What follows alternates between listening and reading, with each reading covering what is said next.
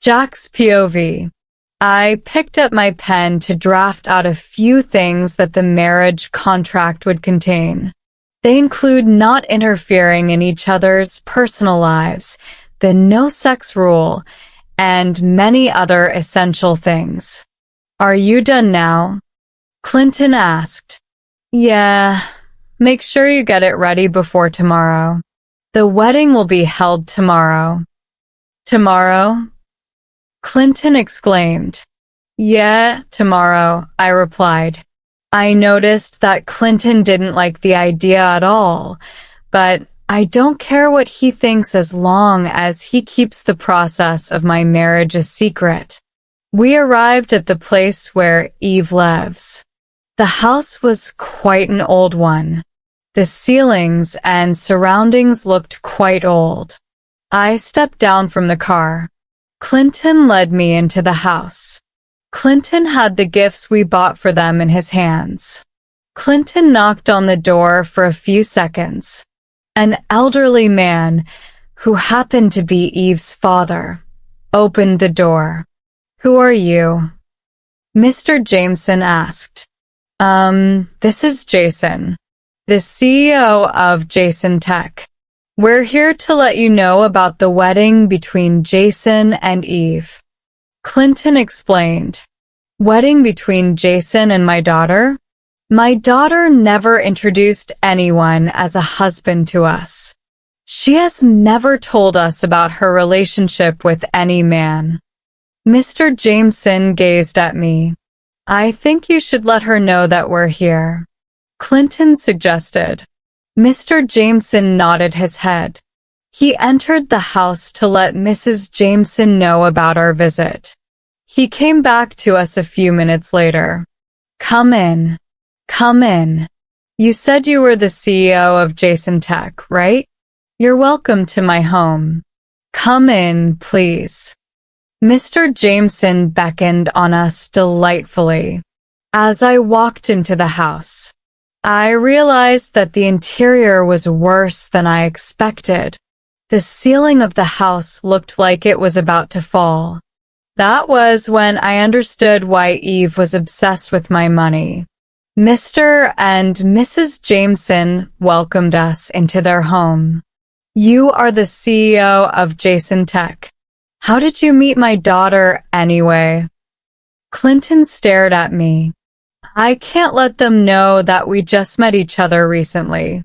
I know her parents won't approve of such marriage. We have been dating for 2 months now. Eve broke the silence as she walked in.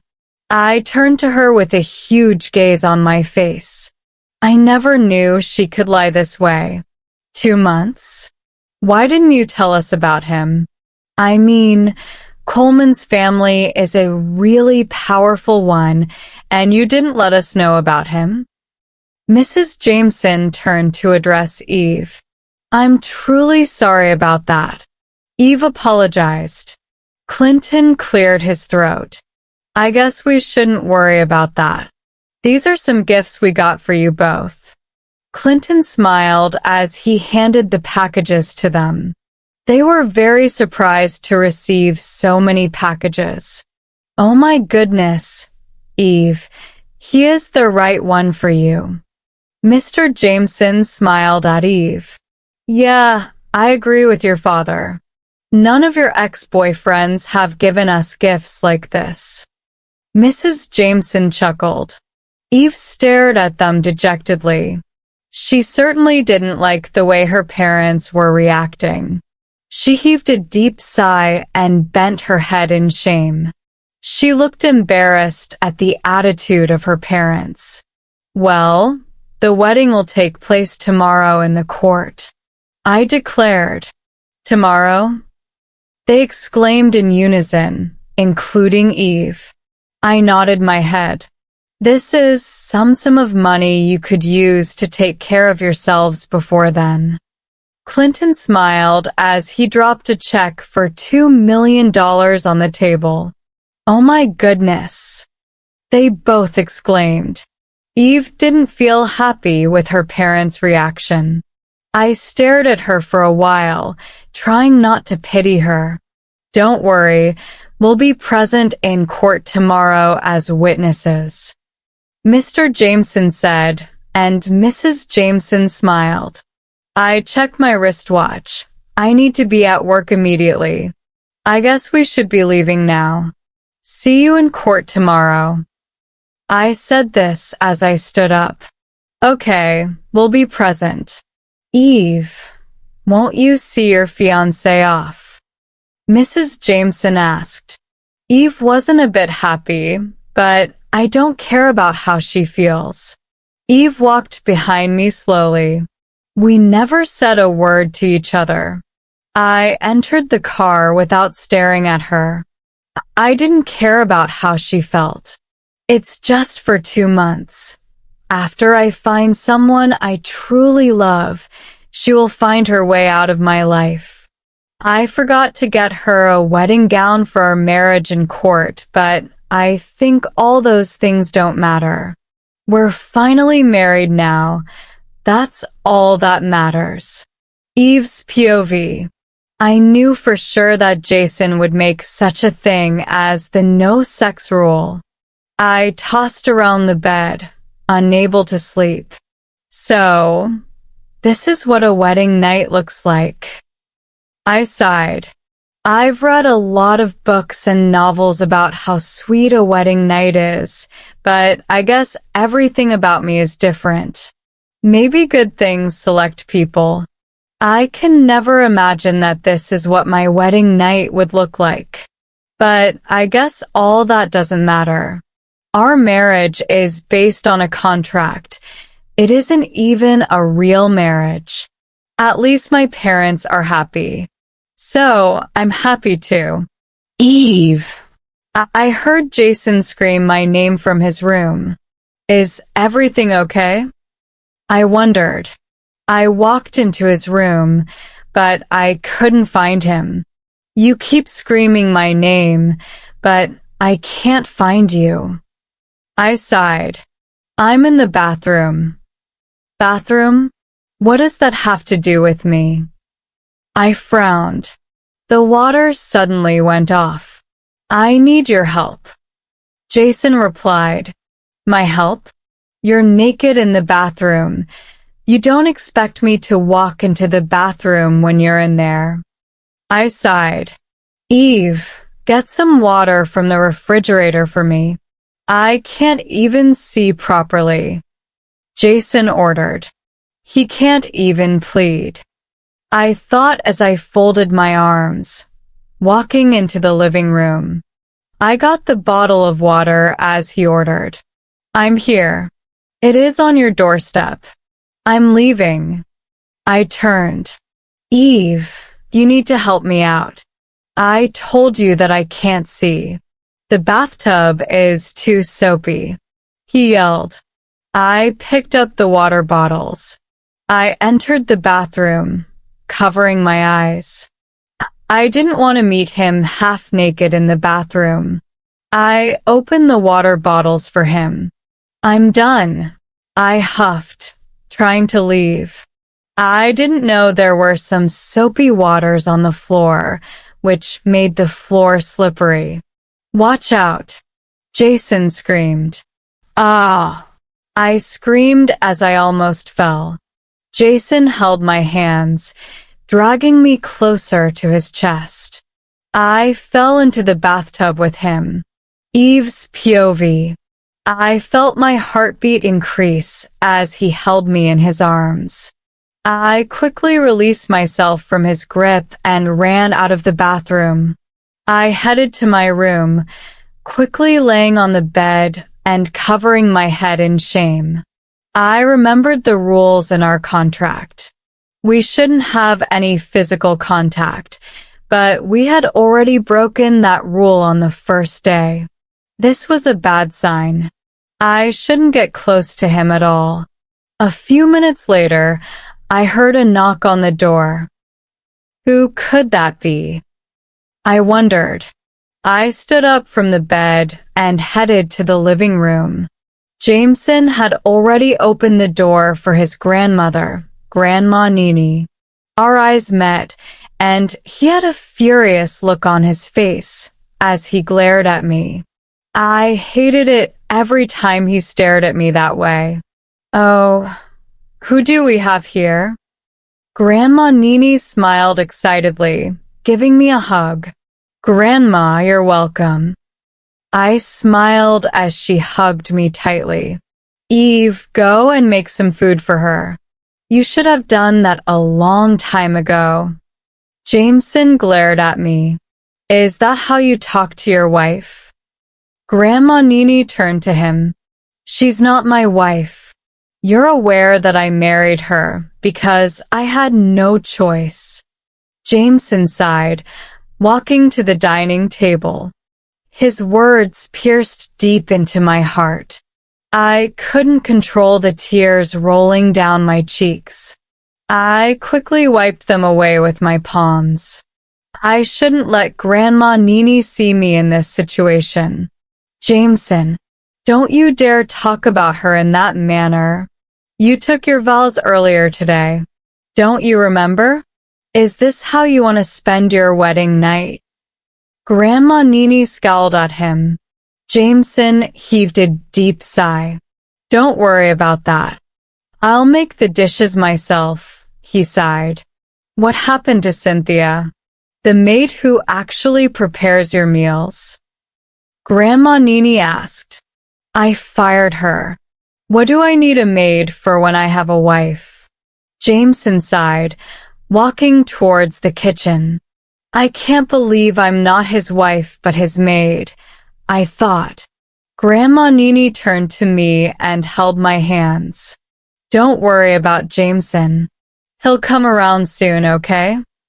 Grandma Nini assured me. I simply nodded my head as we sat at the dining table. I've been with Jameson since he was a kid. I'm the one who trained him, but I still regret a few things. Grandma Nini sighed. What's that? His toxic personality. I truly wish I could do something about it, but all my efforts lead to nothing. He doesn't like having people around him, among many other things. The way he treats you is actually my fault. I'm truly sorry about that, Grandma Nini sobbed. I moved closer to her. Don't worry, it's not your fault.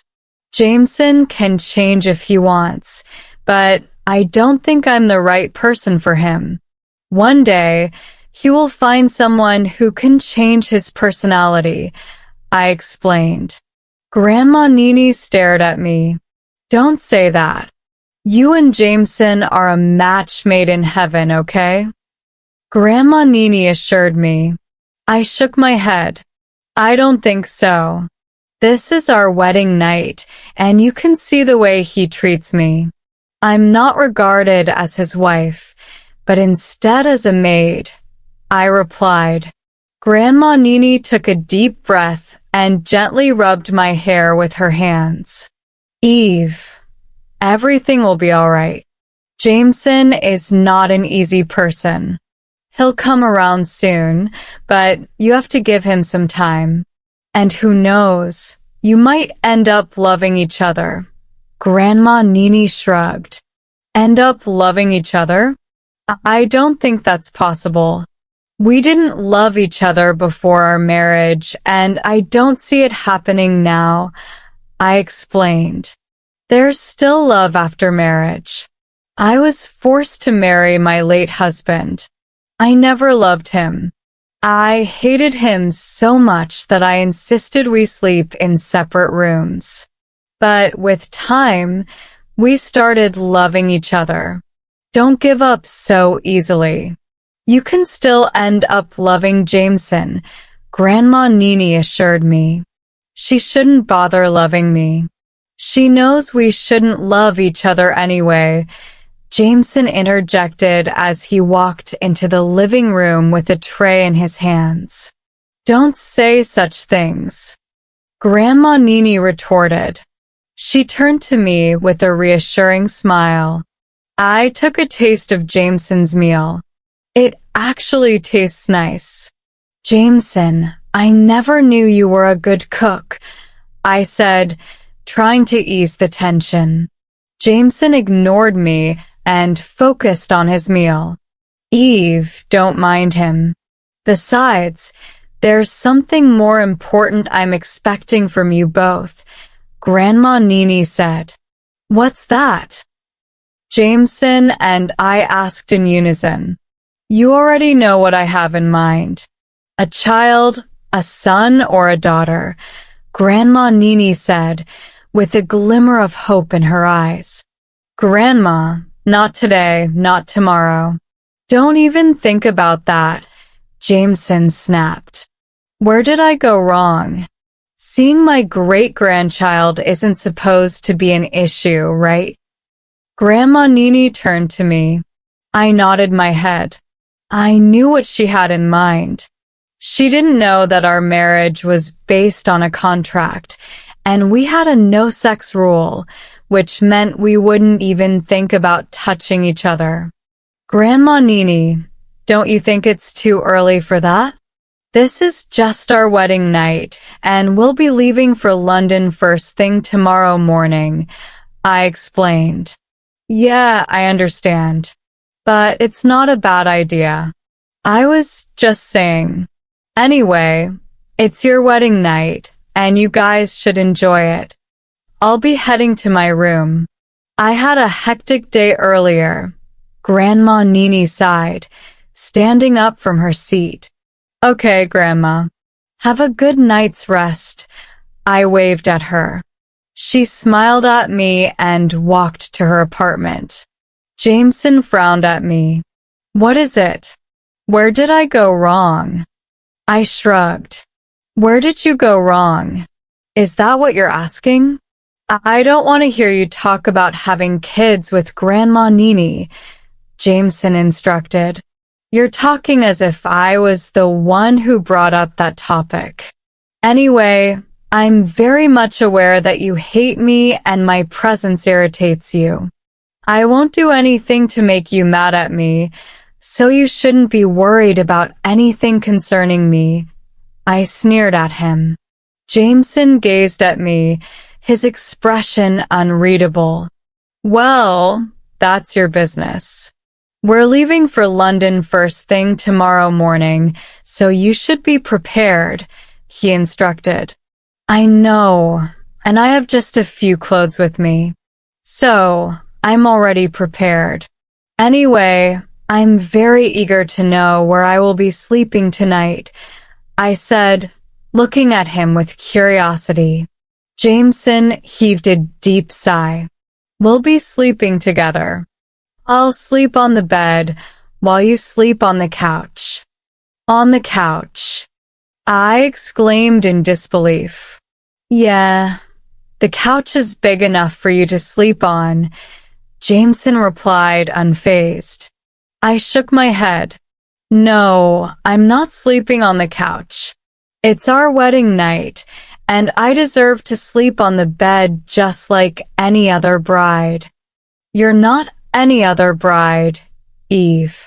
You're my wife only, because I had no choice. You don't deserve anything more than the couch, Jameson retorted coldly. I felt a mix of anger and sadness welling up within me. Fine, have it your way, I said, my voice trembling slightly. Jameson turned around and headed to the bedroom, leaving me standing alone in the living room. I held back my tears and made my way to the couch, silently preparing myself for a lonely and sleepless night. As I lay on the couch, thoughts raced through my mind. How did my life take such a drastic turn? From being an independent woman with dreams and aspirations, I was now trapped in a loveless marriage, treated as nothing more than a maid. Chapter 6. I sat down in the hallway as I thought about what had transpired in the last few days. I had gotten married to the man of people's dreams, but not mine. Growing up, I've always pictured myself as someone like Merida from Brave. She stood up to her mother even if she had to turn her into a bear to prove her point on not getting married to a man she barely knew or even marriage in general. But of course, I have nothing against my parents and definitely don't want to turn them into a bear or anything close to animals, but I simply wished life wasn't this way. Unfair and painstakingly hard to the poor. Growing up, I never really pictured myself as Cinderella who gets saved by Prince Charming from her wicked stepmother. I always wanted to be the savior, bring us out of this sad and impoverished lifestyle, and I did through Jason. I became Cinderella, but I didn't find the prince charming, and now I still have to be a maid in my own home. I got up from the floor where I sat and entered the room. The lights were off, and Jason looked like he was asleep. I took one good look at him and sighed heavily. Look at him sleeping happily on the bed while I take the couch. I thought as I found my way to the couch in the room. I laid down and put a blanket over me. 2 months and this would all be over. I thought as I drifted to sleep. Beep, beep, beep. It was like the alarm was ringing right in my ears. I opened my eyes and tried to adjust them to the lights in the room.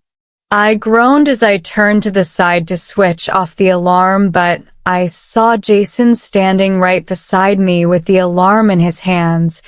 I shot him an annoyed look as I sat up and faced him properly. What kind of person wakes his wife up with an alarm right beside her ears?